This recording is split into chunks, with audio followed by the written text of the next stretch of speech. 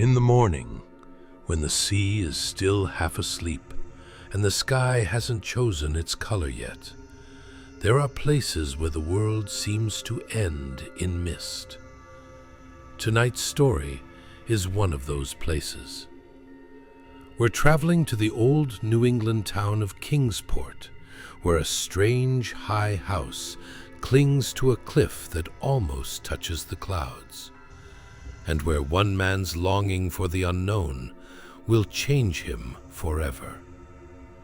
This is The Strange High House in the Mist by H.P. Lovecraft.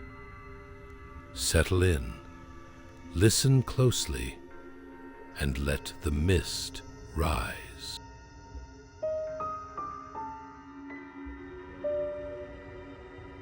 In the morning, mist comes up from the sea by the cliffs beyond Kingsport. White and feathery it comes from the deep to its brothers the clouds, full of dreams of dank pastures and caves of Leviathan. And later, in still summer rains on the steep roofs of poets, the clouds scatter bits of those dreams, that men shall not live without rumor of old strange secrets and wonders that planets tell planets alone in the night. When tales fly thick in the grottos of Tritons and conches in seaweed cities blow wild tunes learned from the elder ones, then great eager mists flock to heaven laden with lore. And oceanward eyes on the rocks see only a mystic whiteness, as if the cliff's rim were the rim of all earth, and the solemn bells of buoys tolled free in the ether of faerie. Now north of archaic Kingsport, the crags climb lofty and curious, terrace on terrace, till the northernmost hangs in the sky like a gray frozen wind cloud. Alone it is, a bleak point jutting in limitless space, for there the coast turns sharp, where the great Miskatonic pours out of the plains past Arkham, bringing woodland legends and little quaint memories of New England's hills. The sea folk in Kingsport look up at that cliff as other sea folk look up at the pole star, and time the night's watches by the way it hides or shoes the great bear, Cassiopeia, and the dragon. Among them it is one with the firmament, and truly it is hidden from them when the mist hides the stars or the sun. They love some of the cliffs, that whose grotesque profile they call Father Neptune, or that whose pillared steps they term the Causeway. But this one they fear, because it is so near the sky. The Portuguese sailors, coming in from a voyage, cross themselves when they first see it, and the old Yankees believe it would be a much graver matter than death to climb it, if indeed that were possible. Nevertheless, there is an ancient house on that cliff, and at evening men see lights in the small paned windows. The ancient house has always been there, and people say one dwells therein who talks with the morning mists that come up from the deep, and perhaps sees singular things oceanward at those times when the cliff's rim becomes the rim of all earth, and solemn buoys toll free in the white ether of faerie. This they tell from hearsay, for that forbidding crag is always unvisited, and natives dislike to train telescopes on it. Summer boarders have indeed scanned it with jaunty binoculars, but have never seen more than the gray primeval roof, peaked and shingled, whose eaves come nearly to the gray foundations, and the dim yellow light of the little windows peeping out from under those eaves in the dusk.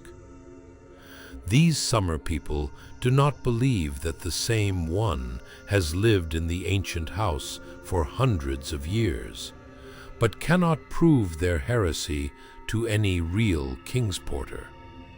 Even the terrible old man who talks to leaden pendulums in bottles, buys groceries with centuried Spanish gold, and keeps stone idols in the yard of his antediluvian cottage in Water Street, can only say these things were the same when his grandfather was a boy. And that must have been inconceivable ages ago, when Belcher or Shirley or Pownall or Bernard was governor of His Majesty's province of the Massachusetts Bay. Then one summer there came a philosopher into Kingsport.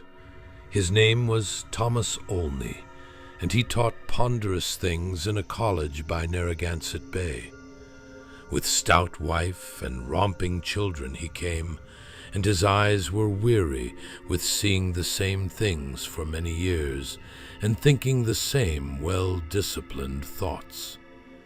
He looked at the mists from the diadem of Father Neptune, and tried to walk into their white world of mystery along the Titan steps of the causeway.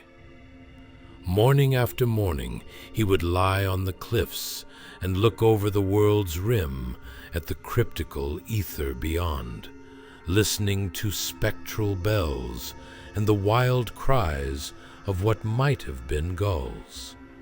Then, when the mist would lift and the sea stand out prosy with the smoke of steamers, he would sigh and descend to the town. There he loved to thread the narrow olden lanes up and down hill, and study the crazy tottering gables and odd pillared doorways which had sheltered so many generations of sturdy sea folk. And he even talked with the terrible old man, who was not fond of strangers, and was invited into his fearsomely archaic cottage, where low ceilings and wormy paneling hear the echoes of disquieting soliloquies in the dark, small hours.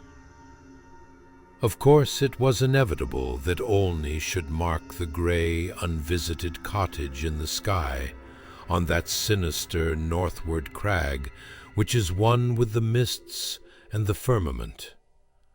Always over Kingsport it hung, and always its mystery sounded in whispers through Kingsport's crooked alleys.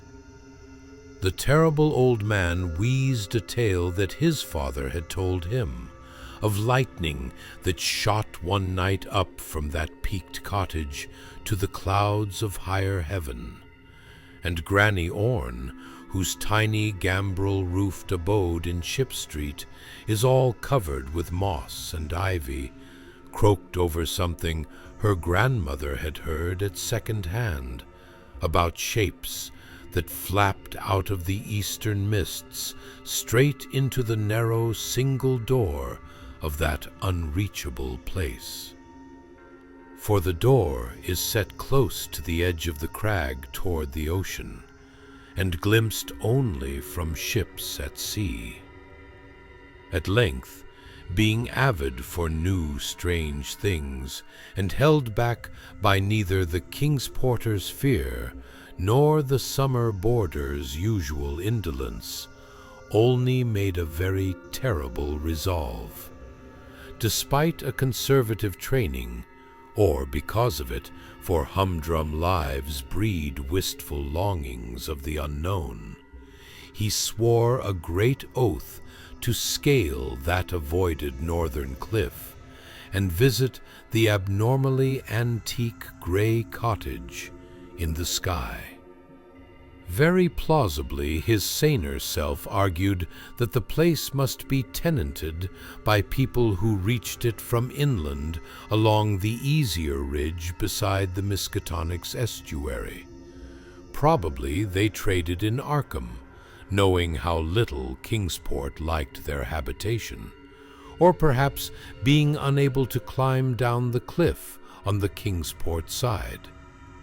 Olney walked out along the lesser cliffs to where the great crag leaped insolently up to consort with celestial things, and became very sure that no human feet could mount it or descend it on that beetling southern slope. East and north it rose thousands of feet vertically from the water, so only the western side, inland and toward Arkham, remained. One early morning in August, Olney set out to find a path to the inaccessible pinnacle. He worked northwest along pleasant back roads, past Hooper's Pond and the old brick powder house, to where the pastures slope up to the ridge above the Miskatonic and give a lovely vista of Arkham's white Georgian steeples across leagues of river and meadow. Here he found a shady road to Arkham, but no trail at all in the seaward direction he wished. Woods and fields crowded up to the high bank of the river's mouth, and bore not a sign of man's presence, not even a stone wall or a straying cow, but only the tall grass and giant trees and tangles of briars that the first Indian might have seen. As he climbed slowly east, higher and higher above the estuary on his left, and nearer the sea, he found the way growing in difficulty, till he wondered how ever the dwellers in that disliked place managed to reach the world outside, and whether they came often to market in Arkham. Then the trees thinned, and far below him on his right he saw the hills and antique roofs and spires of Kingsport. Even Central Hill was a dwarf from this height, and he could just make out the ancient graveyard by the Congregational Hospital, beneath which, rumor said, some terrible caves or burrows lurked. Ahead lay sparse grass and scrub blueberry bushes, and beyond them the naked rock of the crag and the thin peak of the dreaded grey cottage. Now the ridge narrowed, and Olney grew dizzy at his loneness in the sky. South of him, the frightful precipice above Kingsport. North of him, the vertical drop of nearly a mile to the river's mouth. Suddenly, a great chasm opened before him, 10 feet deep, so that he had to let himself down by his hands and drop to a slanting floor, and then crawl perilously up a natural defile in the opposite wall. So this was the way the folk of the uncanny house journeyed betwixt earth and sky.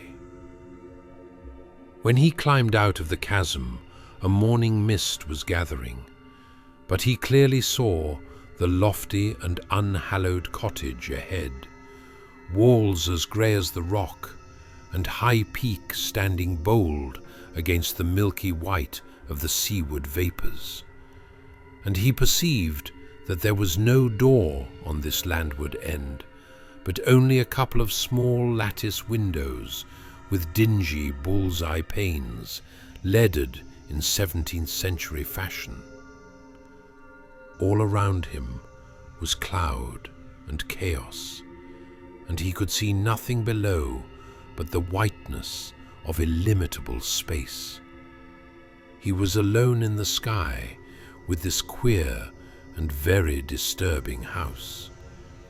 And when he sidled around to the front and saw that the wall stood flush with the cliff's edge, so that the single narrow door was not to be reached save from the empty ether, he felt a distinct terror that altitude could not wholly explain. and it was very odd that shingles so worm-eaten could survive, or bricks so crumbled still form a standing chimney. As the mist thickened, only crept around to the windows on the north and west and south sides, trying them, but finding them all locked. He was vaguely glad they were locked, because the more he saw of that house, the less he wished to get in. Then a sound halted him. He heard a lock rattle and a bolt shoot, and a long creaking follow, as if a heavy door was slowly and cautiously opened. This was on the oceanward side that he could not see, where the narrow portal opened on blank space thousands of feet in the misty sky above the waves. Then there was heavy, deliberate tramping in the cottage, and Olney heard the windows opening, first on the north side opposite him, and then on the west, just around the corner. Next would come the south windows, under the great low eaves on the side where he stood, and it must be said that he was more than uncomfortable as he thought of the detestable house on one side and the vacancy of upper air on the other. When a fumbling came in the nearer casements, he crept around to the west again, flattening himself against the wall beside the now opened windows. It was plain that the owner had come home, but he had not come from the land, nor from any balloon or airship that could be imagined. Steps sounded again, and Olney edged round to the north. But before he could find a haven, a voice called softly, and he knew he must confront his host.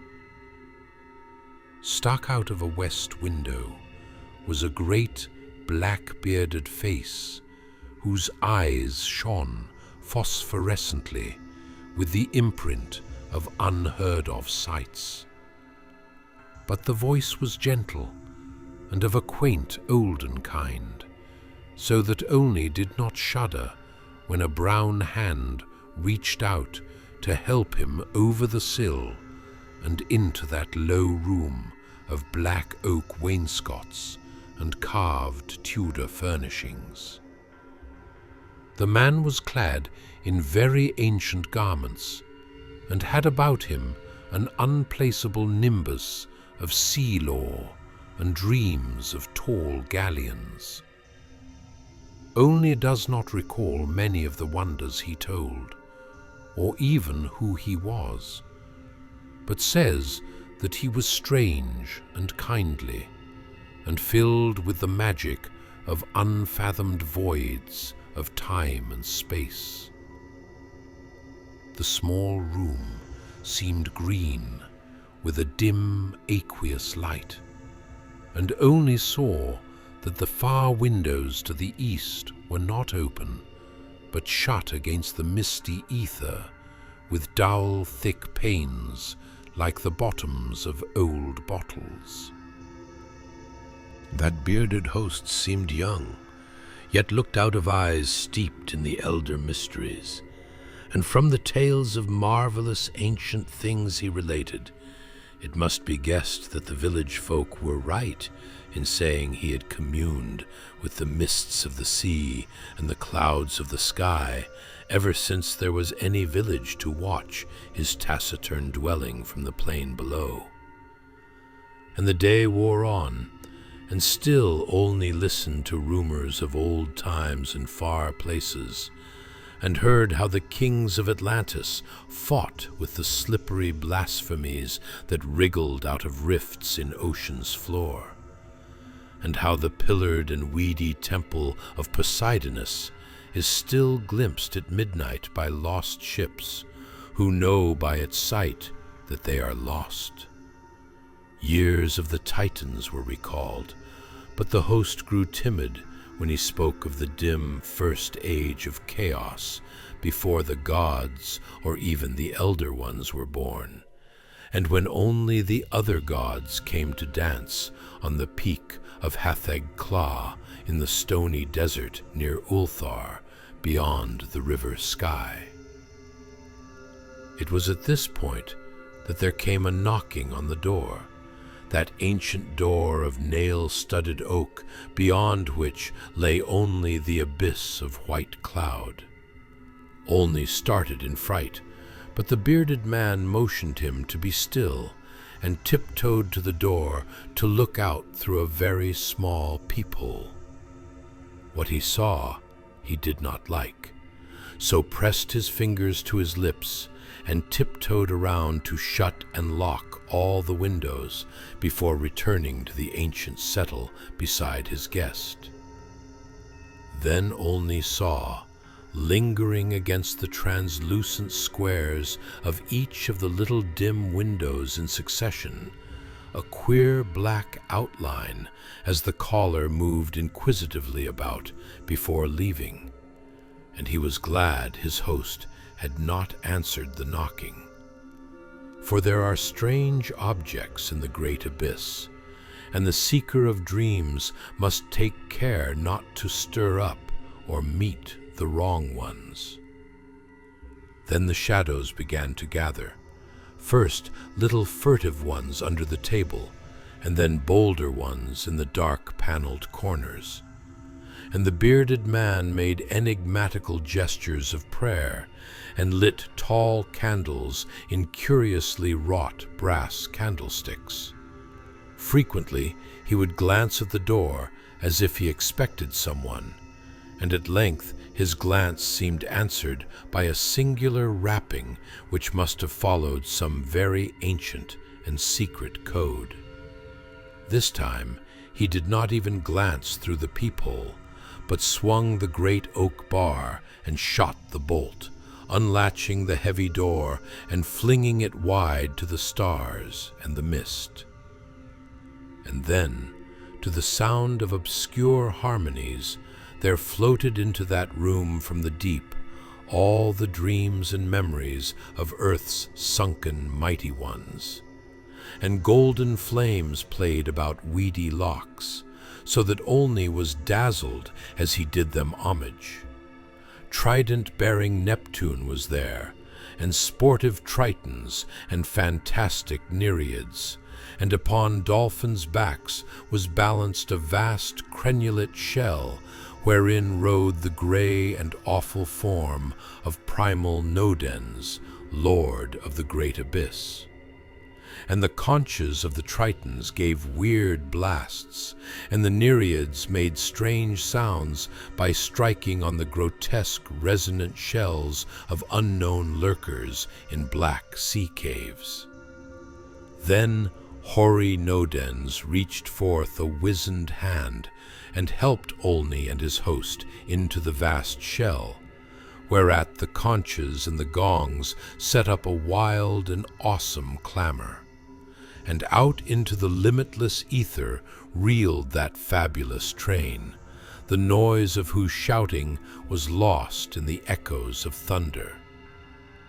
All night in Kingsport they watched that lofty cliff when the storm and the mists gave them glimpses of it, and when toward the small hours the little dim windows went dark, they whispered of dread and disaster. And Olney's children and stout wife prayed to the bland, proper God of Baptists, and hoped that the traveler would borrow an umbrella and rubbers unless the rain stopped by morning. Then dawn swam dripping and mist-wreathed out of the sea, and the boys tolled solemn in vortices of white ether. And at noon elfin horns rang over the ocean as Olney, dry and light-footed, climbed down from the cliffs to antique Kingsport with the look of far places in his eyes. He could not recall what he had dreamed in the sky-perched hut of that still nameless hermit, or say how he had crept down that crag untraversed by other feet. Nor could he talk of these matters at all, save with the terrible old man, who afterward mumbled queer things in his long white beard, vowing that the man who came down from that crag was not wholly the man who went up, and that somewhere under that gray-peaked roof, or amidst inconceivable reaches of that sinister white mist, there lingered still the lost spirit of him who was Thomas Olney. And ever since that hour, through dull, dragging years of greyness and weariness, the philosopher has laboured and eaten and slept and done uncomplaining the suitable deeds of a citizen. Not any more does he long for the magic of farther hills, or sigh for secrets that peer like green reefs from a bottomless sea. The sameness of his days no longer gives him sorrow, and well-disciplined thoughts have grown enough for his imagination. His good wife waxes stouter, and his children older and prosier and more useful, and he never fails to smile correctly with pride when the occasion calls for it. In his glance there is not any restless light, and if he ever listens for solemn bells or far elfin horns, it is only at night when old dreams are wandering. He has never seen Kingsport again, for his family disliked the funny old houses and complained that the drains were impossibly bad.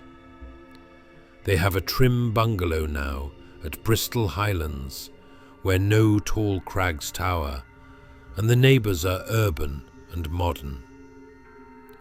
But in Kingsport, strange tales are abroad, and even the terrible old man admits a thing untold by his grandfather. For now, when the wind sweeps boisterous out of the north, past the high ancient house that is one with the firmament, there is broken at last that ominous, brooding silence, ever before the bane of Kingsport's maritime cotters. And old folk tell of pleasing voices heard singing there, and of laughter that swells with joys beyond earth's joys, and say that at evening the little low windows are brighter than formerly. They say too that the fierce aurora comes oftener to that spot, shining blue in the north with visions of frozen worlds, while the crag and the cottage hang black and fantastic against wild coruscations. And the mists of the dawn are thicker, and sailors are not quite so sure that all the muffled seaward ringing is that of the solemn buoys. Worst of all, though, is the shrivelling of old fears in the hearts of Kingsport's young men, who grow prone to listen at night to the north wind's faint, distant sounds. They swear no harm or pain can inhabit that high-peaked cottage, for in the new voices gladness beats, and with them the tinkle of laughter and music. What tales the sea mists may bring to that haunted and northernmost pinnacle they do not know, but they long to extract some hint of the wonders that knock at the cliff-yawning door when clouds are thickest. And patriarchs dread lest some day, one by one, they seek out that inaccessible peak in the sky, and learn what centuried secrets hide beneath the steep, shingled roof, which is part of the rocks and the stars and the ancient fears of Kingsport. That those venturesome youths will come back, they do not doubt. but they think a light may be gone from their eyes, and a will from their hearts.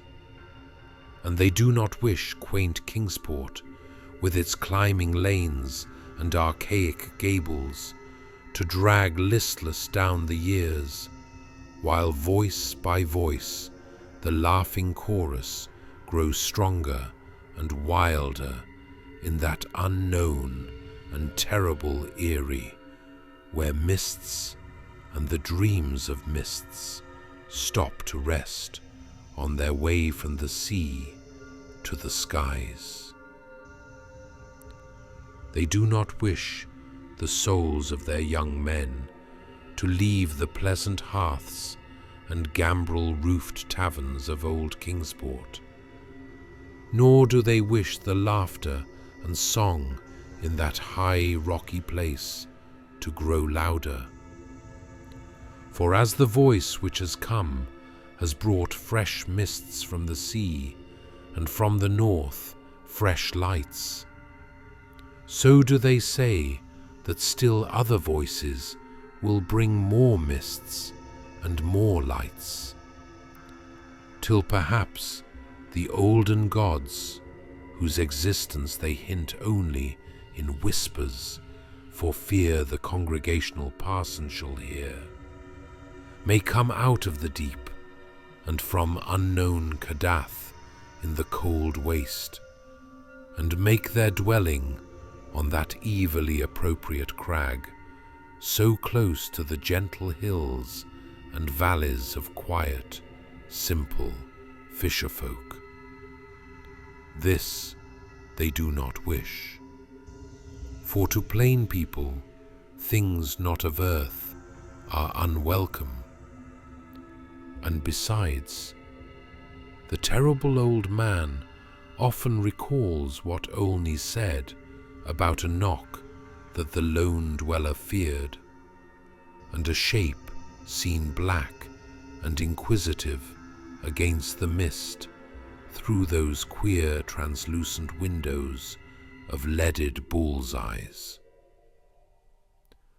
All these things, however, the elder ones only may decide, and meanwhile the morning mist still comes up by that lonely, vertiginous peak, with the steep ancient house, that grey, low-eaved house, where none is seen, but where evening brings furtive lights, while the north wind tells of strange revels.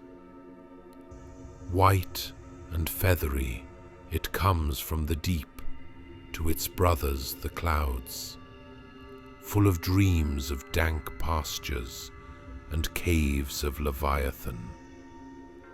And when tales fly thick in the grottos of Tritons, and conches in seaweed cities blow wild tunes learned from the elder ones, then great, eager vapors flock to heaven, laden with lore. And Kingsport, nestling uneasy on its lesser cliffs below that awesome hanging sentinel of rock, sees oceanward only a mystic whiteness, as if the cliff's rim were the rim of all earth, and the solemn bells of the buoys tolled free in the ether of Faerie.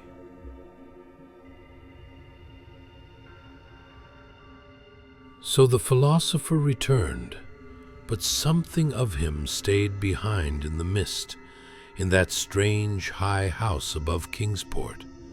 His days grew orderly and dull, his nights free of restless longing.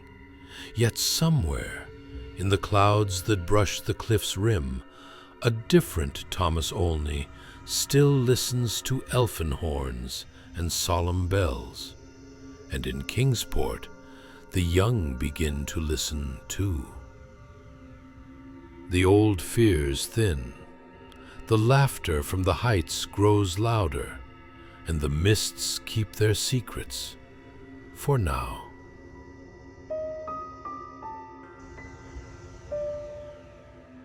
If you've enjoyed wandering through the mists above Kingsport tonight, thank you for listening. Stay with us for more strange houses, forgotten gods, and stories that bend at the edge of the world. Follow this podcast, leave a rating or a review if you'd like to hear more Lovecraftian tales and other dark stories, and share this episode with someone who loves eerie oceans and impossible cliffs. Until next time, listen for the bells in the mist. Good night.